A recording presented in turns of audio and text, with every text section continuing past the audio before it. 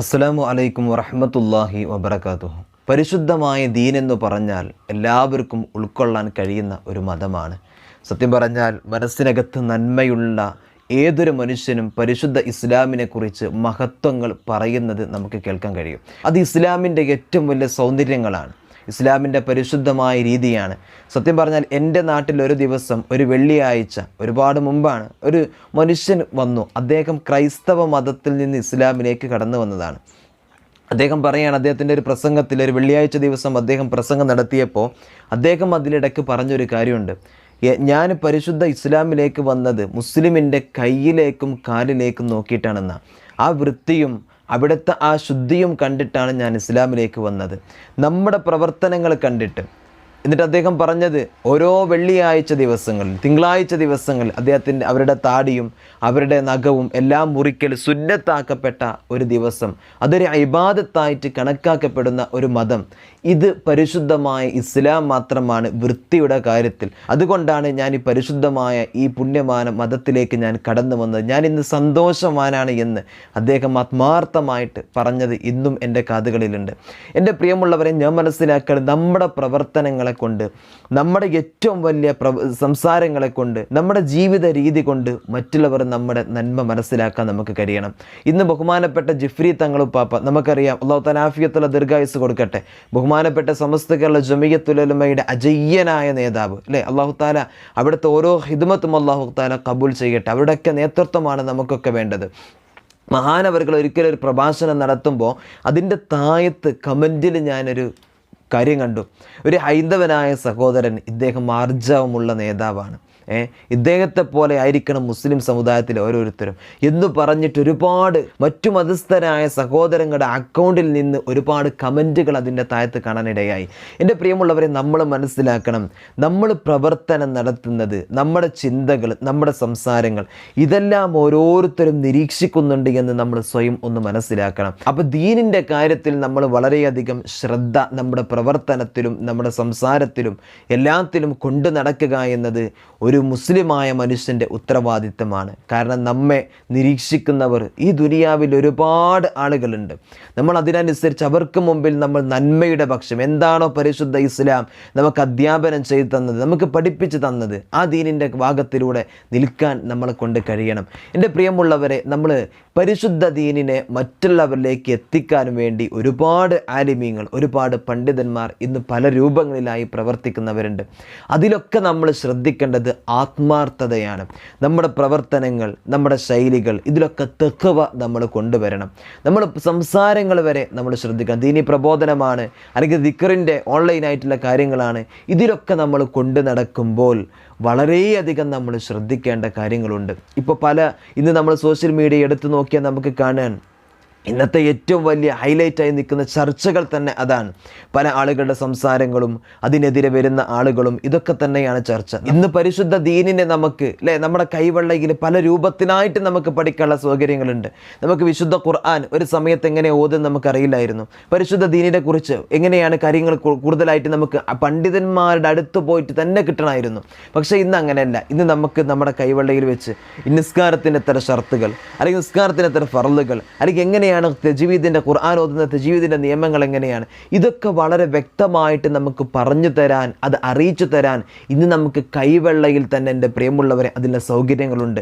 നമ്മുടെ mobile phone ഒന്ന് ഓണാക്കിയിട്ട് നമ്മളൊന്ന് ചെയ്താൽ ഏത് രൂപത്തിൽ വേണമെങ്കിലും നമുക്ക് അവിടെ എങ്ങനെയാണ് ഓതുക, അല്ലെങ്കിൽ എങ്ങനെയാണ് നിസ്കാരത്തിൻ്റെ കാര്യങ്ങൾ നമ്മൾ ചെയ്യുക, എങ്ങനെയാണ് പരിശുദ്ധ ഈ പുണ്യമായ റമളാനിൽ നമ്മൾ അറിയേണ്ട കാര്യങ്ങൾ എന്തൊക്കെ, ഇതെല്ലാം നമുക്ക് വളരെ വ്യക്തമായിട്ട് ഇന്ന് നമുക്ക് ലഭിക്കും. പല ഉസ്താദന്മാരുടെ ക്ലാസ്സുകളും ഇന്ന് ഓൺലൈനായിട്ടുണ്ട്.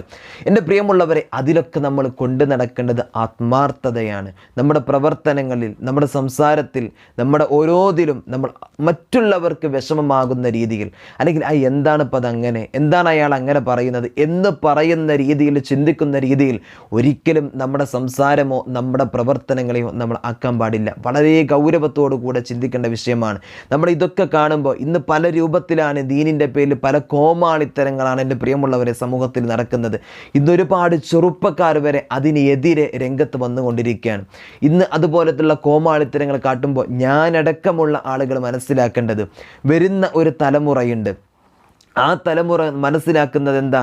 ഇങ്ങനെയൊക്കെയാണോ ദീന്? ഇങ്ങനെയൊക്കെയാണോ ദിക്ർ ചൊല്ലേണ്ടത്? ഇങ്ങനെയൊക്കെയാണോ ദുആ ചെയ്യേണ്ടത്? ഇങ്ങനെയൊക്കെയാണോ പണ്ഡിതന്മാർ എന്ന് മനസ്സിലാക്കി പരിശുദ്ധ ദീനിനോടും ഈ ദീനിൻ്റെ അഖിലക്കാരോടും പണ്ഡിതന്മാരോടുമുള്ള ഒരു മഹബത്ത് അവിടെ മനസ്സിൽ വരാനുണ്ട്. അത് ഇല്ലാതെയായി പോകും.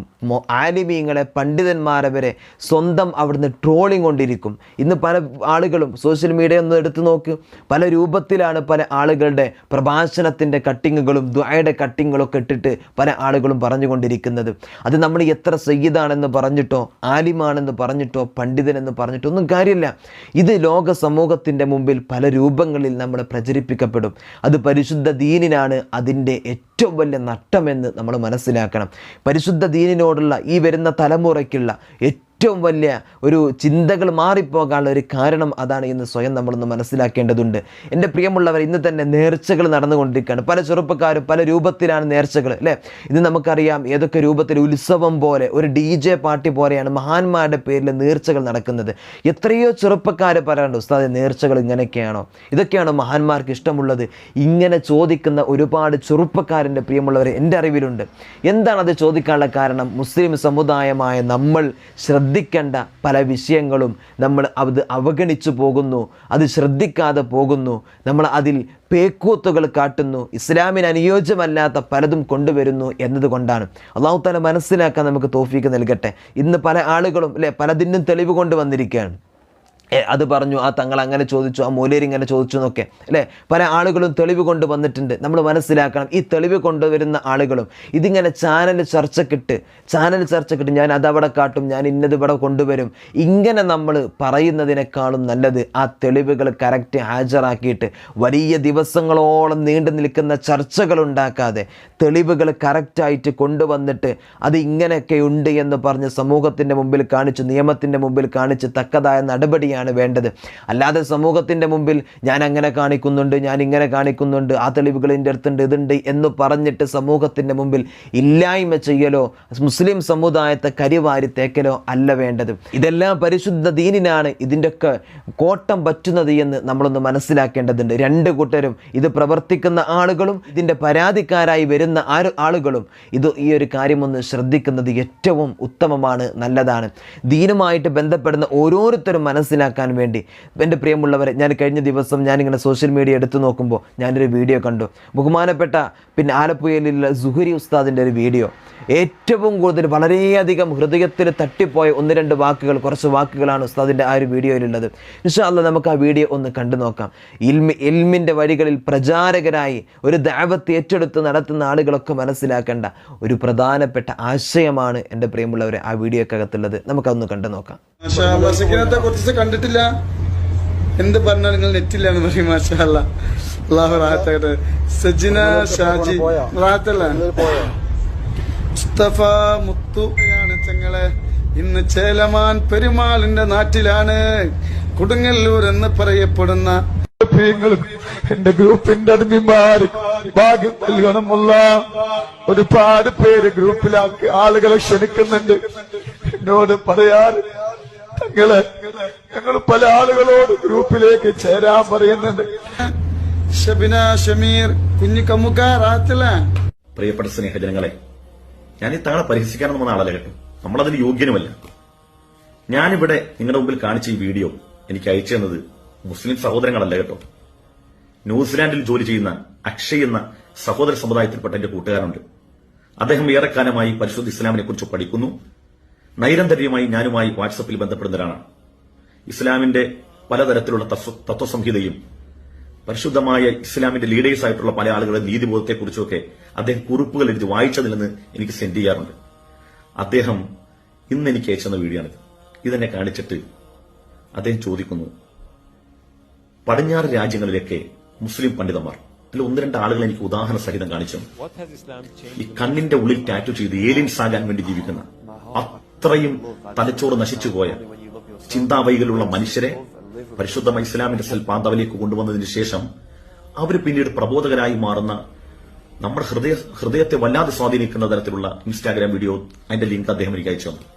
എന്നിട്ട് ഈ വീഡിയോ കൂടെ അയച്ചു തന്നിട്ട് എന്റെ ചോദിച്ചു, എന്താണ് നമ്മുടെ കേരളത്തിലെ മനുഷ്യരുടെ അവസ്ഥ എന്ന് ചോദിച്ചു. സത്യത്തിൽ അദ്ദേഹത്തിന്റെ പരിമിതമായ അറിവാണ്. കേരളത്തിലെ മുഴുവൻ പണ്ഡിതന്മാരും ഈ രൂപത്തിലല്ലല്ലോ പ്രവർത്തിക്കുന്നത്. നമുക്കറിയാം. വിദ്യാഭ്യാസ വിപ്ലവം, നമ്മുടെ കേരളത്തിലെ പണ്ഡിതന്മാർ ഉണ്ടാക്കിയ മാറ്റങ്ങൾ എന്തെല്ലാമാണെന്ന് നമുക്കെല്ലാം സുപരിചിതമാണ്. അതിനൊക്കെ അപ്പുറം ഞാനൊരു കാര്യം നിങ്ങളെ മനസ്സിലാക്കി തരാം. നിങ്ങളുടെ ഈമാൻ കാത്തു സൂക്ഷിക്കാൻ വേണ്ടി പറയാം. നിങ്ങൾ എന്റെ കയ്യിരിക്കുന്ന പുസ്തകം കണ്ടോ? മനുഷ്യനും മതവും എന്ന പുസ്തകമാണ്. ഇതിന്റെ രചയിതാവ് ബഹുമാനപ്പെട്ട PM K ഫൈസി ഉസ്താദ് മർക്കസിലെ മുൻ മുദരിസായിരുന്നു. ബഹുമാനപ്പെട്ട ഉസ്താദിന്റെ 60-70 വർഷത്തെ ഹ്രസ്വമായ ജീവിത കാലയളവ് കൊണ്ട്, തന്റെ ജീവിതം കൊണ്ടും താൻ പഠിച്ച പരിശുദ്ധമായ ഇസ്ലാമിന്റെ വൈവിധ്യമാർന്ന ദൃഢമായ ആശയങ്ങൾ സരളവും സമ്പൂർണമായി ജനങ്ങളിലേക്ക് പങ്കുവച്ചപ്പോൾ 2000-ലധികം ആളുകൾക്കാണ് പരിശുദ്ധ ഇസ്ലാമിന്റെ മതം നുകരാനുള്ള വഴി ബഹുമാനപ്പെട്ട ഉസ്താദ് ഒരുക്കി കൊടുത്തത്. 2000-ലധികം ആളുകൾ പരിശുദ്ധ ഇസ്ലാമിന്റെ ഭാഗമായി എന്നുള്ളതാണ്. നമ്മൾ ആരെങ്കിലും അതൊക്കെ അറിഞ്ഞിട്ടുണ്ടോ? ഞാനിത് പറഞ്ഞത് പണ്ഡിതന്മാരുടെ ജീവിതവും ലക്ഷ്യവും എന്നൊക്കെ പറഞ്ഞാൽ എന്താണെന്ന് കുറഞ്ഞ കാലയളവ് കൊണ്ട് പഠിപ്പിച്ചു പോയ ഒട്ടേറെ മഹാരഥന്മാരായ ആളുകൾ നമുക്കുണ്ട്. അവർക്കിടയിൽ അവരുടെ ഓർമ്മകൾ നമുക്ക് നിലനിൽക്കുമ്പോഴാണ് ഇത്തരം വീഡിയോസുകൾ നമുക്ക് മുമ്പിൽ വരുന്നത്. ഒരർത്ഥത്തിൽ നമ്മൾ ഉത്തരമില്ലാതെ സ്തബ്ധരായി പോകാറുണ്ട്. മറ്റ് സമുദായക്കാർ ചോദിക്കുന്ന പോലെ എന്താണ് ഇസ്ലാം എന്ന് ചോദിച്ചാൽ, അല്ലെങ്കിൽ ഇസ്ലാം എന്താണെന്ന് അവർക്ക് മനസ്സിലാക്കാൻ അവർ യൂട്യൂബിൽ നടിച്ചു നോക്കിയാൽ അഡ്മിൻ സ്ഥാനത്തിരിക്കുന്ന ജമീല താക്ക് വേണ്ടി പ്രത്യേക പ്രാർത്ഥന, ഇന്ന് 1000 പേരെ വാട്സപ്പ് ഗ്രൂപ്പിൽ ചേർത്ത സുൽഫത്ത് താത്താക്ക് വേണ്ടി നിരന്തരമായ കണ്ണീരിൽ കുതിർന്ന പ്രാർത്ഥന, ഉറുമ്പ് കയറിയാലും കടന്നു മൂത്രമൊഴിച്ചാലുള്ള ദിക്റുകൾ, ഇതൊക്കെയാണ് ഇസ്ലാമെന്ന് മറ്റ് സഹോദരങ്ങൾ മനസ്സിലാക്കി പോവുകയാണ്.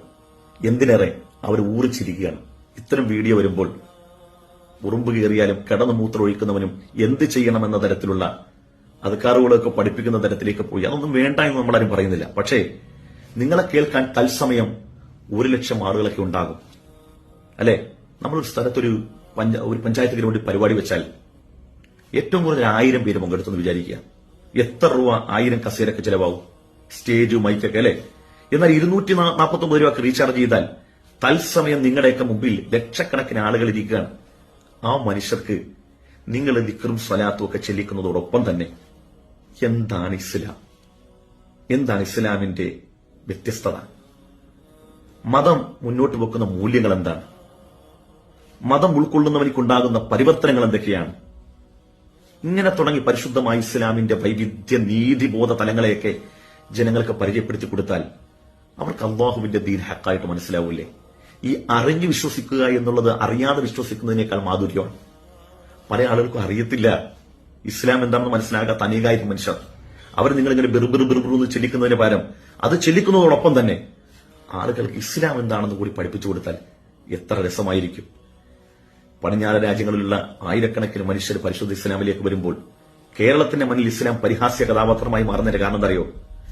ഇതൊക്കെയാണ്. ഇതിനകത്ത് മനസ്സിലാക്കേണ്ടത്, നമ്മൾ ഈ തങ്ങളെ കുറ്റപ്പെടുന്നതിനപ്പുറം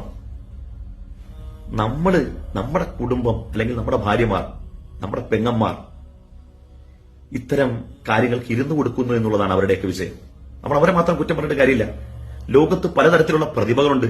ആ പ്രതിഭകളെ മാർക്കറ്റ് ചെയ്യാൻ കഴിയുന്ന ആളുകൾ ഇവിടെ ഉണ്ട്. ആ മാർക്കറ്റ് ചെയ്യപ്പെടണമെങ്കിൽ അതിന്റെ ഉപഭോക്താക്കൾ വേണം. അതിന്റെ ഉപഭോക്താക്കൾ ആരാ? എന്റെയും നിങ്ങളുടെയൊക്കെ ഭാര്യമാര്. അപ്പൊ അവരെ നിങ്ങൾ നിയന്ത്രിക്കുകയാണെങ്കിൽ ഒരു പരിധിവരെ ഇത്തരം കച്ചവടം പൂട്ടിപ്പോകുന്നുള്ളതാണ്. അതിനപ്പുറം അദ്ദേഹത്തെ പരിഹസിച്ചും ട്രോളിയും ചീത്ത പറഞ്ഞുകൊണ്ട് കാര്യമില്ല. ആളുകൾക്ക് അവരുടെ കയ്യിലുള്ള പ്രതിഭകൾ മാർക്കറ്റാക്കും.